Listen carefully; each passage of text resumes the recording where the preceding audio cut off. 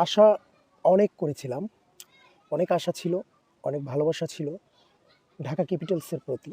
তবে সেই ভালোবাসা আশা সব ঘুরে বালি করে আজকে চতুর্থবারের মতো হেরে গেল ঢাকা ক্যাপিটালস। এবং ঢাকা ক্যাপিটালস আজকে সিলেটের মাটিতে যে খেলাটা খেললো, এটাকে আমি বলবো কোনো ধরনের খেলাই না, ন্যূনতম প্রতিরোধ গড়ে তোলার কোনো চেষ্টাই ছিল না।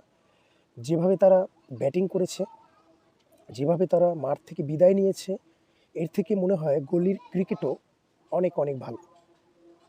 অনেক আশা ছিল বিদেশি ক্রিকেটার জেসন রয় এবং বাংলাদেশের যে প্লেয়ারটি সাব্বির রহমানকে, যাকে নিয়ে আমরা বেশ কিছুদিন কথা বলেছি যে সাব্বির রহমানকে কেন খেলানো হচ্ছে না, সেই সাব্বির রহমানও দিন শেষে ডাব্বা মেরেছে। এবং জেসন রয়ের কথা কি বলবো, এত বড় একটা প্লেয়ারকে উড়িয়ে এনেছে ঢাকা ক্যাপিটালস, তিনি কিনা মাত্র 18 রান করেই আউট হয়ে গেল। আর ওদিকে সাব্বির তো 2 রানই ডাব্বা।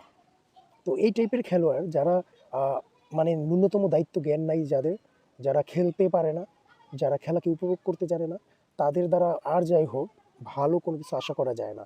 আর রংপুর রাইডার্সের কথা যদি বলি, ডেফিনেটলি রংপুর রাইডার্স খুব ভালো খেলেছে। আমি রংপুর রাইডার্সকে মানে আমার পক্ষ থেকে ধন্যবাদ জানাবো। এই কারণেই ধন্যবাদ জানাবো, তারা তাদের বেস্ট দিয়েছে এবং সেরাটা খেলেই কিন্তু তারা উইন হয়েছে। আপনারা দেখেন ঢাকা ক্যাপিটালস কিন্তু তাদের সেরাটা দেয়নি, এবং আমার মনে হয় তাদের সেরা বলতে কিছুই নাই। ঠিক আছে, আমি মূলত বরিশালের সাপোর্টার থেকে বিপিএলে আমি অল টাইম বরিশাল সাপোর্টার, যেহেতু আমার হোম ডিস্ট্রিক্ট বরিশালে।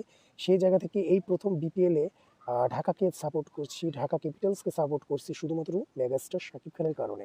এবং আমার মতো অসংখ্য সাকিবিয়ান বন্ধু আছে আমাদের, যারা কিনা সেম এরকমই শাকিব খানকে সাপোর্ট করছে, তার ঢাকা ক্যাপিটালসকে সাপোর্ট করছে। ওই জায়গা থেকে ঢাকা ক্যাপিটালস আমাদেরকে যে ধরনের মানে আশাহত করেছে, যে ধরনের আমাদেরকে মানে বেজ্জতি করেছে, মানে এই বেজ্জতির কথা আমরা কখনোই বলবো না, এটা আমরা মনে রাখলাম। এবং আজকের পর থেকে ঢাকা ক্যাপিটালস হারলো বা জিতলো, এটা নিয়ে আমার কোনো আর পার্সোনালি আমার আর কোনো মতামত নাই। আমি হারে হারুক জিতে জিতুক এটা নিয়ে আর কোনো ভাবনার জায়গা নাই। ট্রোলের শিকার বানাচ্ছে, ঠিক আছে শাকিব খান, তাকে এখন ট্রোল হতে হচ্ছে। দেখেন তার ঝুলিতে কিন্তু ফ্লপ বলতে কিছু নাই, তিনি all time megastar, all time superstar, সব ট্রোল হচ্ছে এখন, আজকেও দেখেন অনেক ট্রোল হবে।